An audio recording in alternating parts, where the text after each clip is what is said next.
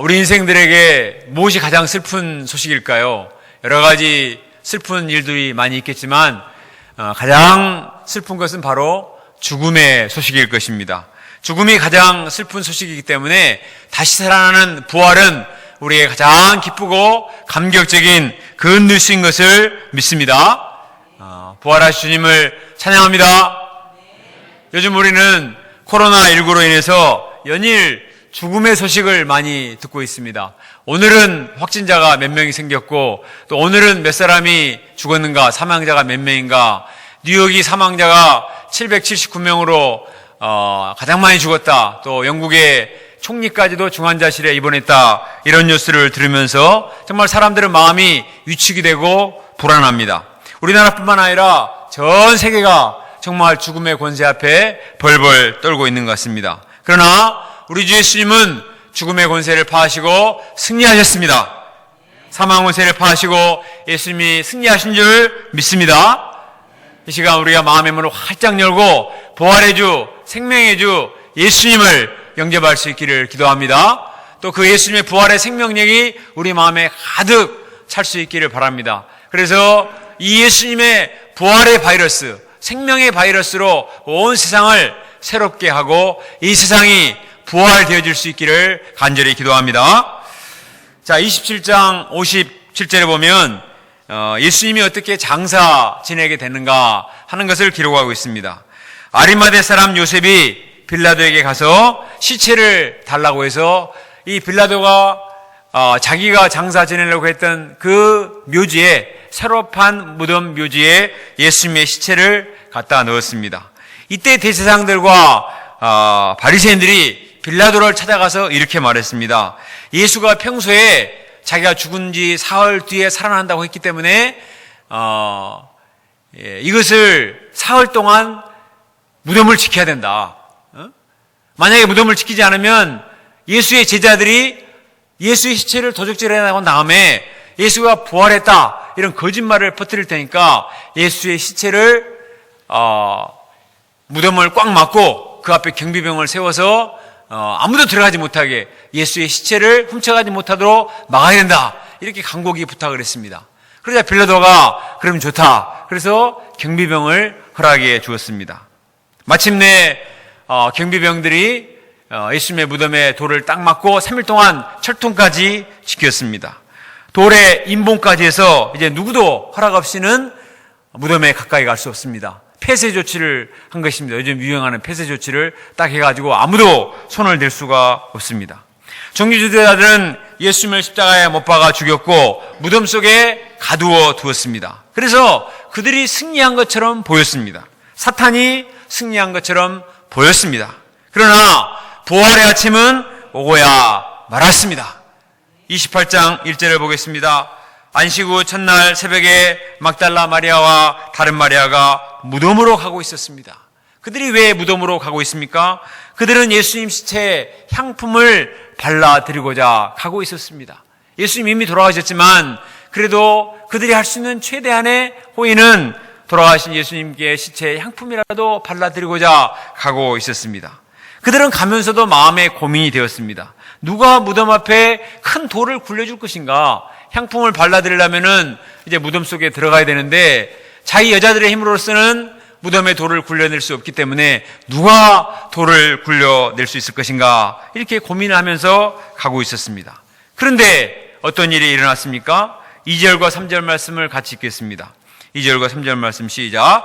큰 지진이 나며 주의 천사가 하늘로부터 내려와 돌을 굴려내고 그 위에 앉았는데 그 형상이 번개 같고 그 옷은 눈같이 희거늘. 큰 지진이 일어났습니다. 주의 천사가 하늘로부터 내려왔습니다. 그리고 무덤의 돌을 굴려넣었습니다. 그리고 그 돌 위에 천사가 돌을 깔고 앉았습니다. 무덤의 문이 활짝 열렸습니다. 대제사장들이 무덤을 막아놓고 경비병이 지키고 있었지만 천사가 내려와서 무덤의 문을 활짝 열고 돌을 굴려내버렸습니다. 이것은 무엇을 말합니까? 죽음에 대한 예수님의 승리를 의미하는 것입니다. 사탄 마귀가 아무리 예수님의 부활을 막고자 발악을 해도 소용이 없었습니다. 대제사장들과 바리새인들이 공권력을 동원해서 무덤에 임봉을 하고 경비병을 세워서 철동같이 지켰지만 예수님을 무덤에 가두어둘 수는 없었습니다. 하나님은 주의 천사를 보내셔서 큰 지진으로 무덤을 흔들어 버렸습니다. 무거운 돌을 굴러가게 했습니다. 무덤의 문을 여셨습니다. 4절에 보면 지키던 자들이 너무나 무서워서 떨며 죽은 자들과 같이 되었다고 했습니다. 시체를 지키던 자들은 시체처럼 되었고 시체였던 예수님은 살아서 부활의 조가 되셨습니다. 하나님이 함께 하시면 어떤 자도 주의 능력을 막을 자가 없습니다. 로마서 8장 31절 만일 하나님이 우리를 위하시면 누가 우리를 대적하리요? 그 누가 하나님을 막을 수가 있겠습니까? 하나님의 역사를 그 누구도 막을 수가 없습니다. 천사는 이제 여자들에게 말했습니다. 우리 5절과 6절 말씀을 같이 읽어보겠습니다. 5절 6절 시작. 너희는 무서워하지 말라. 십자가에 못 박히신 예수를 너희가 찾는 줄을 내가 아노라. 그가 여기 계시지 않고 그가 말씀하신 대로 살아나셨느니라. 와서 그가 누우셨던 것을 보라. 여자들은 지금 십자가에 못 박힌 예수를 찾고 있습니다. 죽은 예수를 찾고 있습니다. 여인들의 머릿속에는 무거운 십자가를 지고 골고다 언덕을 올라서 그 십자가에서 비참하게 피 흘리며 죽은 예수님, 그리고 죽은 뒤에 무력하게 무덤에 누워 계신 예수님, 그 불쌍한 예수님만 생각하고 있습니다. 그런데 천사는 뭐라고 말합니까? 그가 여기 계시지 않고 살아나셨느니라. 예수님은 무덤에 계시지 않습니다. 예수님은 죽음을 이기시고 살아나셨습니다. He is not here. He has risen. 예수님은 무덤에 매여 계실 수 없습니다. 다시 살아나셨습니다. 예수님은 이전에도 자신이 부활하실 것을 여러 번 말씀하셨습니다. 예수님의 부활은 하나님이 이미 창세기 3장 15절에서부터 예언하신 약속된 사건인 것입니다. 내가 너로 여자의 원수가 되게 하고 내 후손도 여자의 후손과 원수가 되게 하느니 여자의 후손은 내 머리를 상하게 할 것이요. 이 말씀이 마침내 성취가 된 것입니다. 천사가 말했어요. 그가 여기 계시지 않고 살아나셨느니라. 와서 그가 누우셨던 곳을 보라. 무덤이 비어 있었습니다. 예수님의 시체가 없었습니다. 부활하셨기 때문에. 이것은 무엇을 말합니까? 예수님이 부활하셨는데 영혼만 부활하신 것이 아니라 육체가 부활하셨습니다. 어떤 사람은 예수님이 부활하셨는데 영만 살아났다고 생각하는 사람이 있어요. 예수님이 영만 살아나셨다면 시체는 있어야죠. 시체는 있고 영이 살아나서 사람들을 만나야 되는데 시체가 없었습니다. 그것은 무엇을 말합니까? 육체의 부활을 의미하는 거예요. 예수님은 육체와 영혼이 다 부활하셨습니다. 완벽하게 부활하셨습니다. 9절 말씀 보면은 여인들이 예수님의 발을 붙잡았다고 했습니다. 예수님의 몸이 살아난 것입니다. 예수님의 부활은 완전한 부활이요, 예수님의 승리는 완전한 승리인 줄 믿습니다. 11절에 보면 경비병들이 성에 들어가서 대제사장들에게 모든 일을 알렸습니다. 아니, 무덤문이 열렸고 천사가 나타나서 그가 여기 계시지 않고 살아나느니라 말했습니다. 시체가 없어졌습니다. 이거 어떻게 합니까? 아주 용감한 로마 경비병들이 무서워서 벌벌 떨었습니다. 이때 장로들이 돈을 주고 입을 막았습니다. 절대 예수가 살아났다고 말하지 마라. 예수의 제자들이 시체를 훔쳐갔다고 말해라. 이렇게 입을 맞추고 돈으로 입막음을 했습니다. 이 사실이 오늘날까지 유대인들에게 다 퍼졌습니다. 종교 지도자들이 돈을 주고 뇌물을 주고 입막음을 했다는 그 사실까지 알려져서 오히려 예수님의 부활이 더 증거하게 된 것입니다. 사람들이 아무리 사실을 은폐하고자 해도 안 되는 것입니다. 예수님의 부활은 팩트입니다. 팩트. 우리 최정한 목자님이 지난 수요일에 전했던 메시지처럼 예수의 부활은 팩트다. 아멘. 예수님의 부활은 상징이 아닙니다.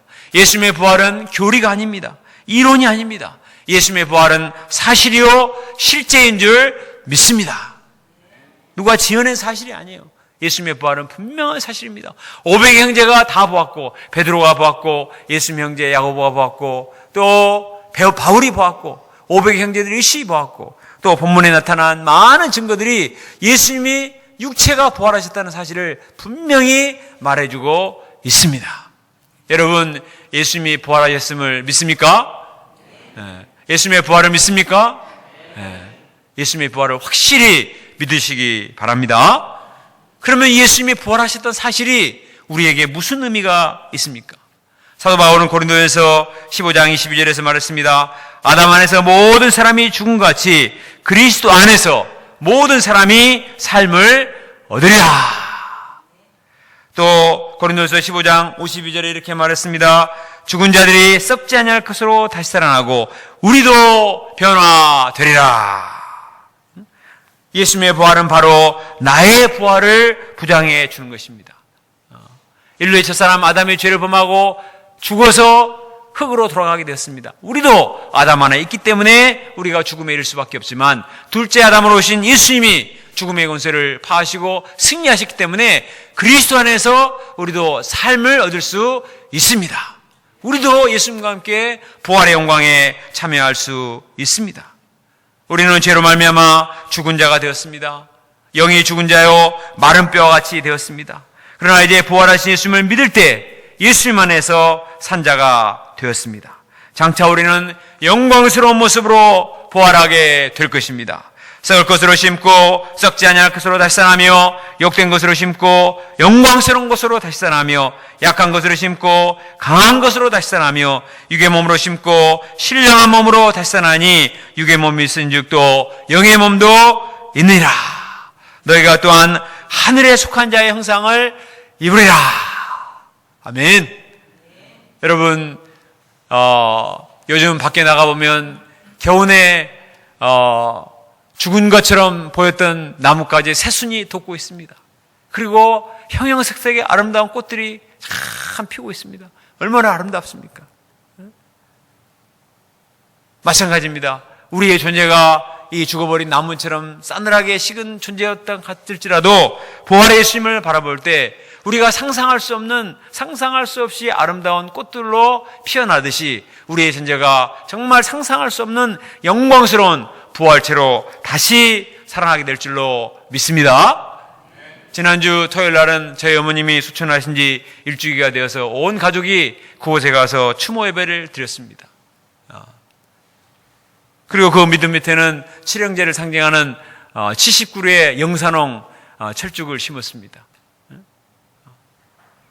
우리가 예수님을 믿지 않았다면 너무나 슬프고 힘들었겠지만 그러나 우리 어머님이 천국으로 이사 가셨고 부활하셨고 우리도 다 부활의 영광을 생각할 때 참사의 찬송을 부르고 그곳에서 웃으며 기념사진을 찍을 수가 있었습니다. 예수님의 부활은 예수님만의 부활이 아니라 바로 나의 부활인 줄 믿습니다. 예수님의 영광은 나의 영광이요 예수님의 승리는 바로 나의 승리를 의미한 것입니다. 그동안 사망은 모든 인류의 왕노로 되어왔습니다. 모든 사람들이 죽음 앞에 무릎을 꿇고 항복했습니다. 어떤 영웅도 어떤 위대한 사람도 죽음을 피해갈 사람은 없습니다. 이번에 코로나19로 인해서 전 세계 수많은 사람이 죽었습니다. 유명 인사들도 많이 죽었습니다. 죽음은 모든 희망과 의욕을 앗아가는 블랙홀과도 같습니다. 죽음은 죽은 자만 지배한 것이 아니라 살아있는 자까지 지배합니다.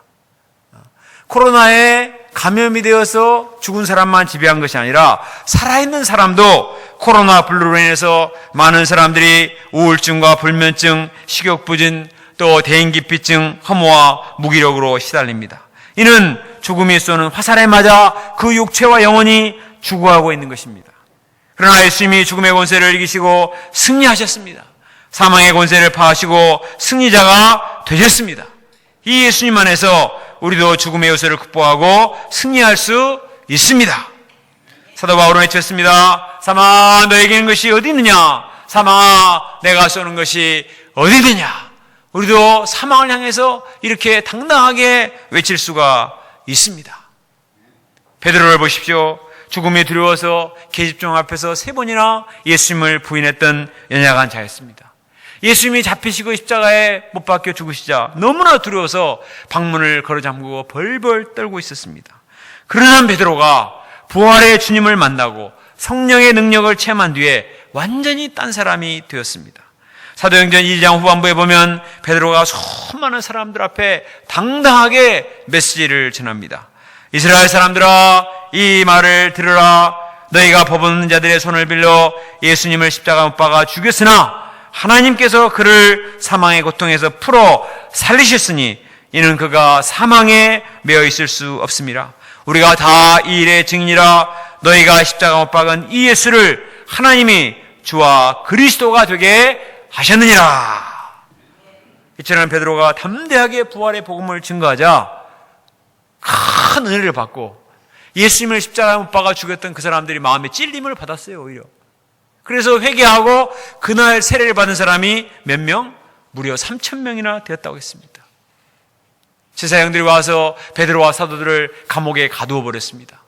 그리고 풀어주면서 다시는 이런 말을 가르치지도 말고 말하지도 말라 으름장을 놓았습니다. 그러나 베드로가 뭐라고 말했습니까? 우리는 보고 들은 것을 말하지 아니할 수 없노라. 죽이려면 죽이고 또 감옥에 잡아 넣으려면 넣으세요. 우리도 부활하니까.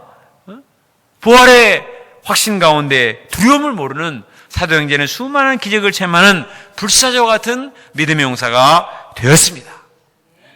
베드로는 또 베드로전서 1장 1절 3절과 4절에서 말했습니다. 우리 주 예수 그리스도의 아버지 하나님을 찬송하리로다. 그 많으신 긍휼대로 예수 그리스도를 죽은 자 가운데서 부활하게 하심으로 말미암아 우리를 거듭나게 하사 산 소망이 있게 하시며 썩지 않고 더럽지 않고 쇠하지 아니하는 위업을 있게 하시나니 곧 너희를 위하여 하늘에 간직하신 것이라.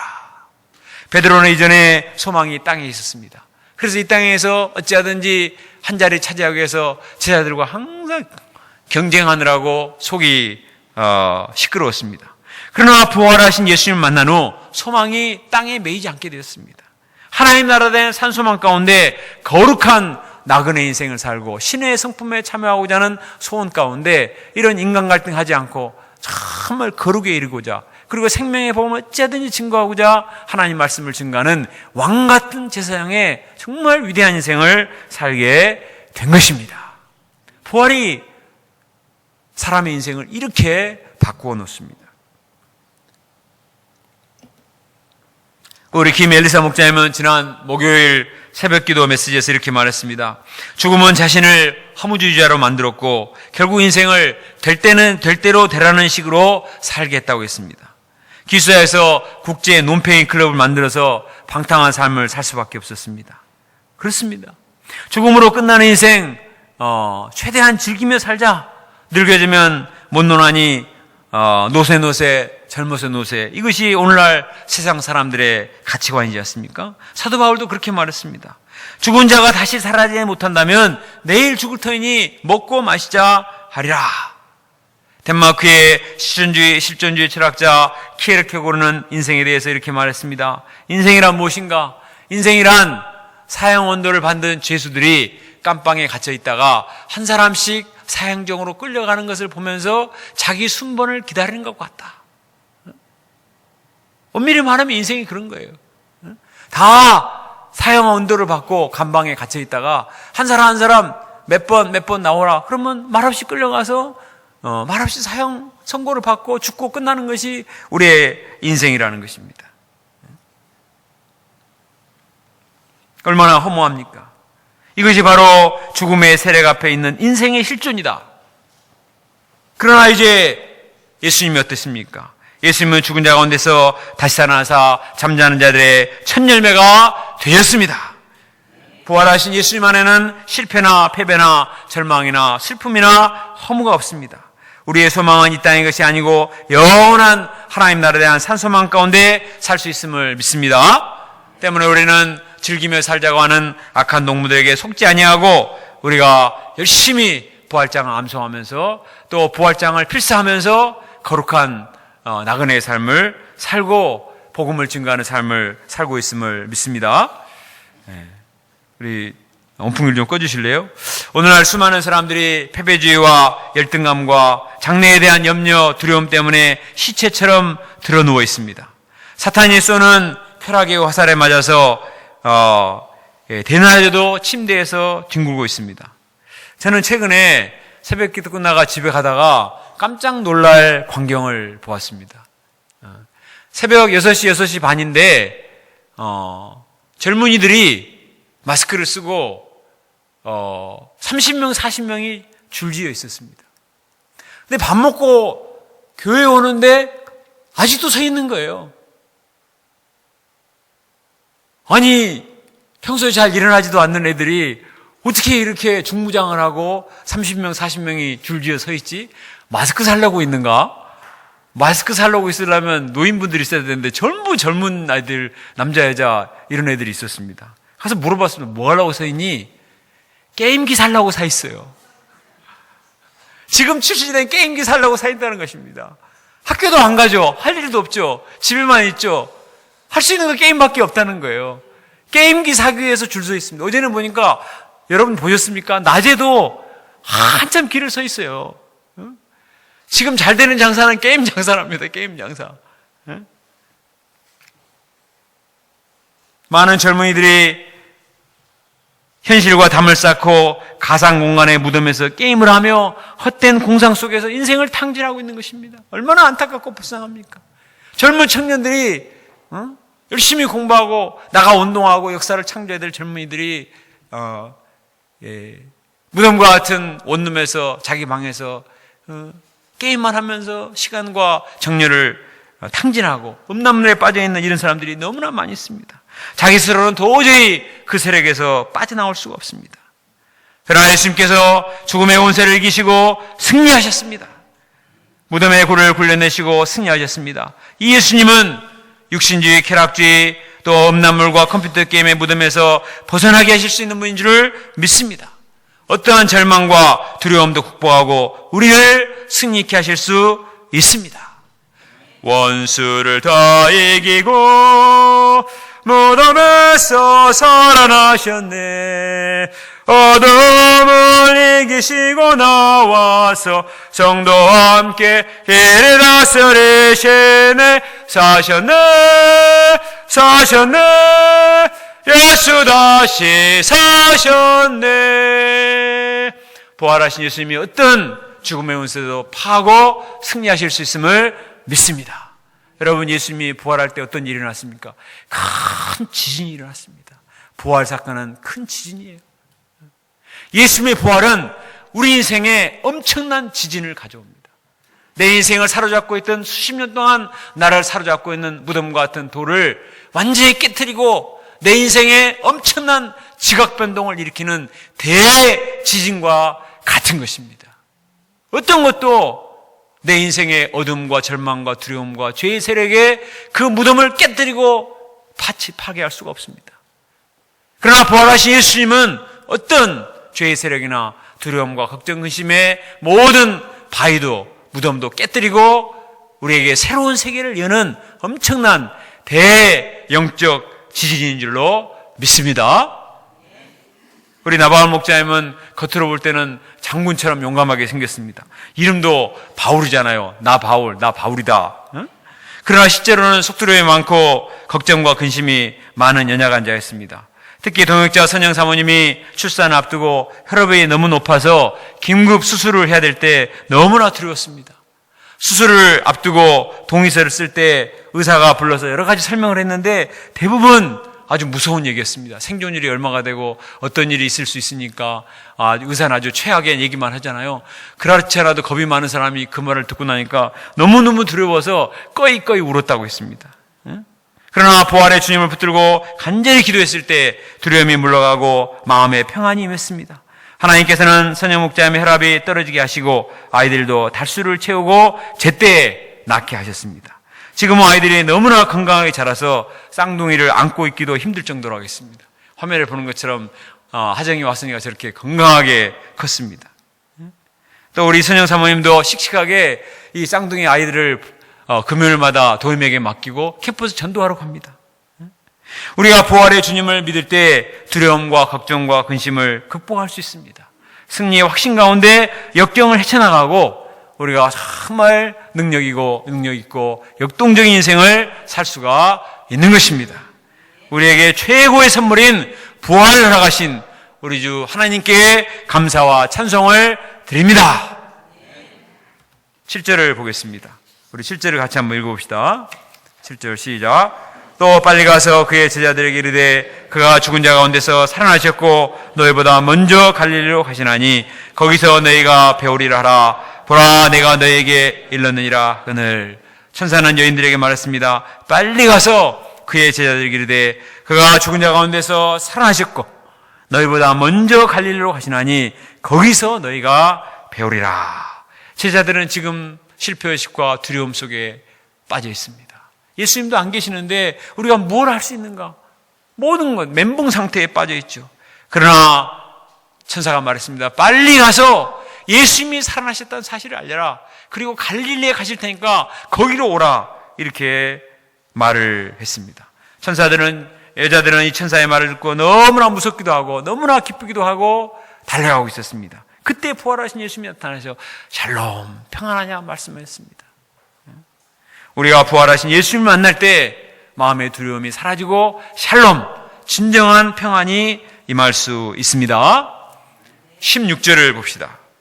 마침내 부활하신 예수님이 갈릴리에서 제자들과 재회를 하셨습니다.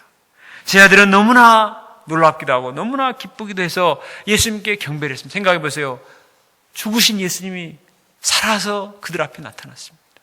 얼마나 놀랍습니까? 그런데 본문에 보니까 의심하는 자도 있었다고 했습니다. 사람이 너무 놀라우면 이게 꿈인가 생신가 의심을 하지 않습니까? 예수님은 이들에게 무슨 말씀하십니까? 18절을 같이 읽겠습니다. 18절 시작. 하늘과 땅의 모든 권세를 내게 주셨으니 예수님 말씀하셨습니다. 하늘과 땅의 모든 권세를 내게 주셨으니 이 말씀은 다니엘서 7장 13, 14절 말씀의 성취입니다. 내가 또 밤 환상 중에 보니 인자 같은 자가 하늘 구름을 타고 와서 예적부터 항상 계신 이에게 나아가 그 앞으로 인도되며 그에게 권세와 영광과 나라를 주고 모든 백성과 나라들과 다른 언어를 말하는 모든 자들이 그를 섬기게 하였으니 그의 권세는 소멸되지 아니할 영원한 권세요 그의 나라는 멸망하지 아니할 것이니라. 우리가 다니엘서에 배웠죠. 하나님께서는 다니엘 선지자에게 환상을 통해서 앞으로 뜨인 돌 메시아 그리스도를 통해서 이루실 역사를 말씀하셨습니다. 그 하나님께서 메시아 그리스도에게 영원히 무너지지 않을 권세와 능력을 주신다고 말씀하셨는데 바로 그 영원한 권세와 능력이 예수님께 이제 전달이 된 것입니다. 그동안 사탄마귀 공중 권세 잡은 자 사탄마귀가 자기가 권세를 가진 것처럼 허세를 부렸습니다. 우리가 마태복음 4장에 배운 것처럼 사탄이 뭐라고 말했습니까? 예수님께 네가 나에게 절만하면 세상 모든 권세를 주리라. 천만의 말씀입니다. 권세는 하나님께 있고 이제 부활하신 예수님께서 하늘과 땅의 모든 권세를 접수하셨습니다. 하늘과 땅의 모든 권세가 예수님께 양도가 되었습니다. 우리가 예수님의 이름 권세를 의지하면 우리도 마귀의 권세를 파하고 승리할 수 있습니다. 20절 하반절에 보면 예수님께서 세상 끝날까지 우리와 항상 함께 하신다고 하셨습니다. 임마누엘의 약속이죠. 우리는 약합니다. 그러나 하늘과 땅의 모든 권세를 가지신 예수님이 우리와 함께 계시기 때문에 이 예수님을 믿고 의지하면 우리가 얼마든지 능력 있는 인생을 살 수가 있습니다. 예수님은 마지막으로 제자들에게 방향을 주셨습니다. 19, 20절을 같이 읽겠습니다. 시작. 그러므로 너희는 가서 모든 민족을 제자로 삼아 아버지의 아들과 성령의 이름으로 세례를 베풀고 내가 너에게 분부한 모든 것을 가르쳐 지키게 하라. 볼지어다 내가 세상 끝날까지 너희와 항상 함께 있으리라 하시니라. 예수님의 부활을 체험한 제자들이 이제는 가야만 합니다. 그러므로 너희는 가라. Therefore go. 누구에게 가야 됩니까? 모든 민족에게 가라고 하십니다. 아직 복음을 듣지 못하고 죄와 사망 권세 가운데 시달리는 모든 사람들, 가족들, 친구들, 후배들, 또 우리나라 사람들뿐만 아니라 전 세계 모든 백성들, 코로나 바이러스가 이 국내뿐만 아니라 전 세계에 퍼지잖아요. 모든 사람들에게 이 십자가 부활의 복음의 바이러스가 필요한 것입니다. 그러므로 너희는 가서 모든 족속으로 제자를 삼아 아버지와 아들과 성령의 이름으로 세례를 베풀고 내가 너에게 분부한 모든 것을 가르쳐 지키게 하라. 이 예수님의 복음을 증거해야 구원에 이를 수 있기 때문에 나만 십자가의 복음과 부활의 복음의 감격을 누리지 말고 열심히 복음을 전파하라. 이렇게 말씀을 하십니다. 양림동 선교사 묘역에 가면 신기한 비석이 하나 있습니다. 한국말로 한문으로 오목사 이렇게 쓰여진 비석이 하나 있죠. 저번에 주인공은 클레멘트 오웬 선교사입니다. 기독간호대 내에도 오웬 기념관이 있는데 이분이 바로 클레멘트 오웬 선교사의 묘인 것입니다. 이분은 미국 버지니아 유니온 신학교를 졸업하고 또 의사가 되기 위해서 버지니아 의대를 졸업한 수재였습니다.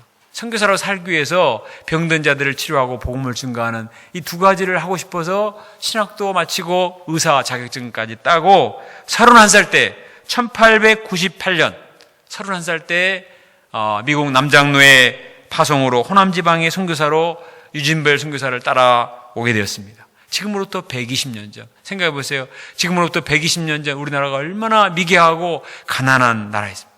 조선이라는 나라가 있는지도 몰랐는데 언더우드 선교사라는 말을 듣고 이제 호남 지방에 한국의 호남 지방에 미국의 남부 지방 선교사들이 오세요. 그래서 오웬 선교사도 정말 복음을 증거하기 위해서 호남 지방에 왔습니다. 그는 호남 지방의 여러 지역을 돌아다니면서 이분이 뭘 좋아했냐면 찬송 부르는 걸 좋아해요. 찬송을 다 부르는 걸 좋아하고 사랑방에서 이야기 나누는 것을 좋아했습니다. 그래서 사람들은 겸손하고 말을 잘하는 그를 오목사, 오웬이니까 오웬, 한국말로 오원이라고 이름을 지었어요. 그래서 오목사, 그래서 묘비도 오목사죠. 그는 의사로서 병도 고쳐주고 목사로도 말씀도 가르쳐주고 사랑을 베푸니까 수많은 사람들이 나와서 병을 치료하고 또 복음을 들었습니다. 1909년 3월 어느 날 주일에는 200명이 넘는 사람에게 세례를 베풀었습니다. 430명의 학습교인을 세웠습니다. 10년 동안에 그의 헌신으로 호남 지방의 예배체가 4개에서 77개로 늘어났고 세례교인은 72명에서 1500명으로 늘어났습니다.